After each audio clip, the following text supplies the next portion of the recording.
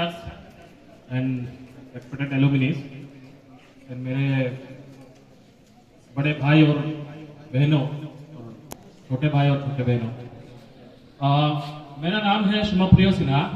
मैं 2016 बैच का हूँ और 2012 में यहाँ से मैं क्लास 10 पास करके गया था।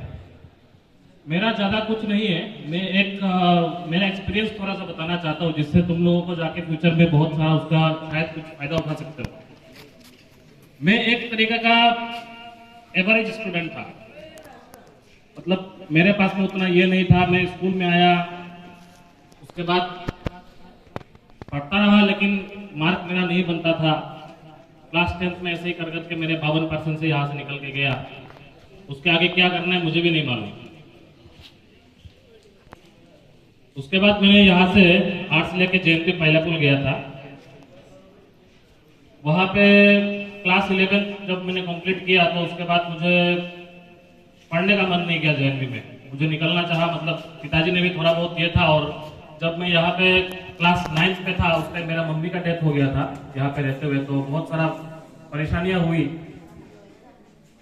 तो यहाँ से निकलने के बाद जेएनपी पाइलापुल गया, वहां से मिनी माइग्रेशन में, उसके बाद वहां से भी निकल गया।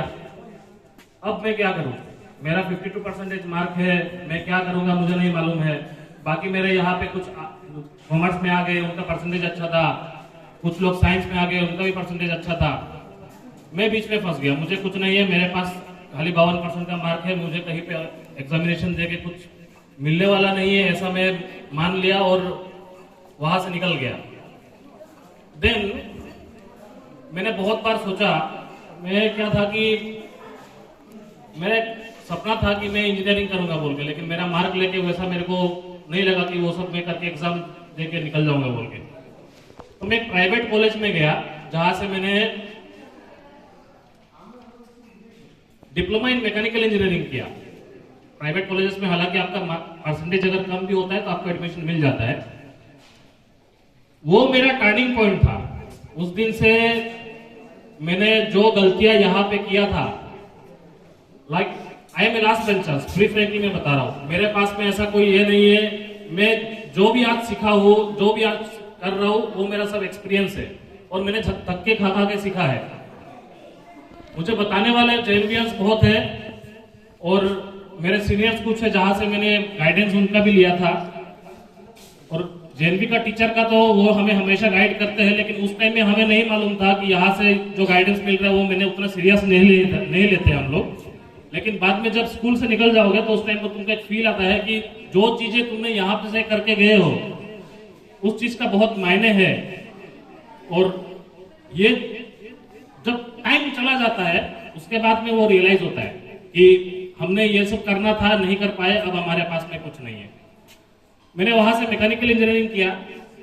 उसके बीच में मेरे पास एक अपॉर्चुनिटी आया, क्योंकि मैं मैकेनिकल इंजीनियरिंग किया था तो नासा का एक रोबोट चैलेंज होता है। ये हर साल ऑल ओवर वर्ल्ड से वो लोग सिलेक्शन करते हैं, तो हमारा कॉलेज में भी वो आया था, उसमें मैंने पार्टिसिपेशन किया। तो हमने एक मून बगी बनाया था जो नासा के लिए आने वाला मार्स मिशन 2030 में हमने मून बगी बनाया था, लेकिन उसको मार्स के लिए हम लोग प्लान किया था। तो हमको बताया गया कि हमारा प्रोजेक्ट था मून बगी, जिसमें मार्स में जाना है और वहां पे किस तरीके से रोवर वगैरह चलता है उसको एक बार प्रोटोटाइप बनाना है। तो हमने उस पर काम किया और हम लोगों का ऑल ओवर इंडिया से हम लोग करीब करीब 5 जने सिलेक्शन हुए। उसमें से 2 थे जेएनबीएन और बाकी सब अदर्स थे। एक जेएनबी नलबरी की एक लड़की थी और एक ने यहाँ जेएनबी का यूनिवर्सिटी था। वो मेरा एक टर्निंग पॉइंट था, क्योंकि आपको ना लोग रोज बहुत सारे लोग मिलेंगे। आपको यहाँ से आप ये मत सोचना कि खाली जेएनबी में भी सब कुछ खत्म हो जाता है। यहाँ से निकलने के बाद बहुत कुछ आपको देखने को मिलेगा, बहुत लोग आप मिलोगे। आप जितना नेटवर्क अपना बनाओगे ना, वो आपका आने वाला टाइम में नेटवर्क है, नेटवर्क ही नेटवर्क है आपका। तो उस टाइम से मैंने चालू किया और मेरा क्या था कि मैं कुछ अलग करना चाहता हूँ। मेरे को सरकारी नौकरी में कोई इंटरेस्ट नहीं है, मैं प्राइवेट नौकरी में भी नहीं करना चाहता हूँ। उसके बाद मैंने 2 स्टार्टअप चालू किया, दोनों स्टार्टअप फेल हो गए, वो टाइम टू टाइम इंटरवल में।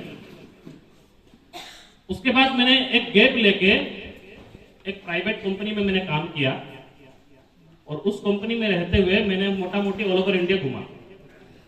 और उस ऑल ओवर इंडिया में घूमने में मुझे ये सीखने को मिला कि लोग कैसे कैसे होते हैं, क्योंकि हमने यहाँ से खाली जेएनबी देखा है, उसके बाद कॉलेज लाइफ में है।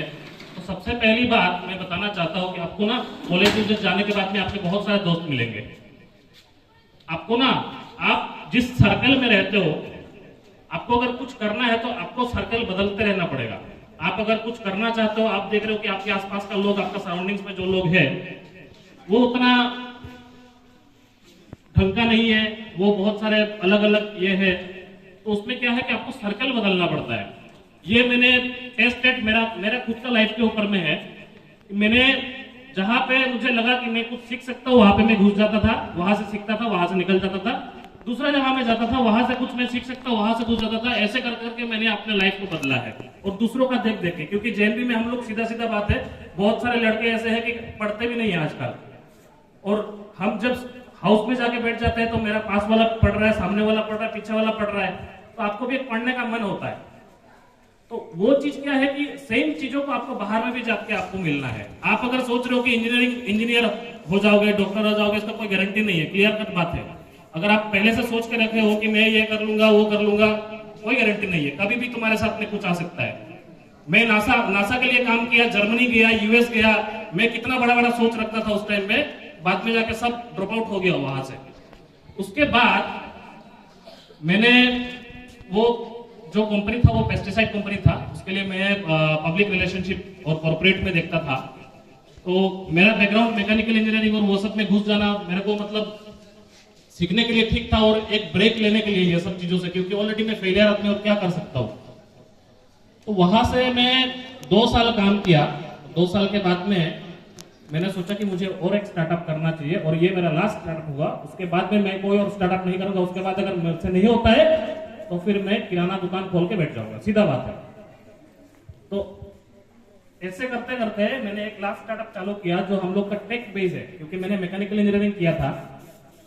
तो जो स्टार्टअप है उसमें जो मेरा को फाउंडर है वो इसी स्किल का 16th बैच का है, 17 बैच का, सॉरी, हम लोगों का ठीक एक बैच नीचे का है, प्रियो कुमार सिन्हा। और मैं हूं कंपनी का मार्केटिंग एंड सेल्स देखता हूं। और हमारा जो कंपनी है वो करीब करीब मान लीजिए कि जितना भी उसमें मैनेजमेंट बैठे हैं वो सारे जेएनबीएनसी है। और उसका क्रेडिट मैं आइजा को देना चाहता हूं, जो ऑल इंडिया जेएनबी एसोसिएशन है। वहां से हम लोगों ने बहुत सारे लोगों के साथ में कनेक्टिविटी बढ़ाया, फिर वहां से हमने बहुत सारे लोगों से मिला, बहुत अलग अलग लोगों से वहां से थे। तो वहां से मुझे नॉलेज मिला कि कौन सबका अलग अलग तरीके से मैंने रिव्यूज लिया कि क्या करना चाहिए, क्या नहीं करना चाहिए। तो आप ये समझ लो कि आप जेएनबी है ना, जेएनबी खाली एक स्कूल नहीं है, ये एक ब्रांड है। जेएनबी एक प्योर ब्रांड है। यहाँ से आप बन के जाते हो, यहाँ पे आप प्रोसेसिंग हो रहोगे, तो यहाँ से आपको प्रोसेस होना है, और यहाँ से निकल के बाहर जाने के बाद आपको बहुत सारा कुछ दिखने को मिलेगा। तो आपको कंफ्यूज नहीं होना है। आप अगर कुछ सोच के रखे हो कि ये मुझे करना है, तो हमेशा 2 प्लान रखने का है। एक प्लान रखो कि आपको जो बनना है, अगर वो नहीं बन पाए तो दूसरा प्लान रखो क्या करना है। क्योंकि आप अगर सोच रहे हो कि मुझे डॉक्टर बनना है और डॉक्टर नहीं बन पाए, आपका 30 साल निकल जाएगा, फिर आपके बाद सोच रहे हो कि मैं कुछ नहीं कर पाया, फिर उसके बाद खत्म है। आपको हमेशा 2 प्लान रखना जरूरी है। तो ये मेरा स्टार्टअप जो था, ये मेरा हमेशा प्लान बी में था।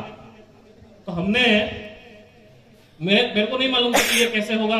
हमने सिर्फ 7 महीना हुआ है अभी मेरा कंपनी का, और अभी राइट नाउ हम असम स्टार्टअप के अंदर में सिलेक्टेड है, जो गवर्नमेंट ऑफ असम चलाती है, और उसको बैकअप करती है आईआईएम कोलकाता।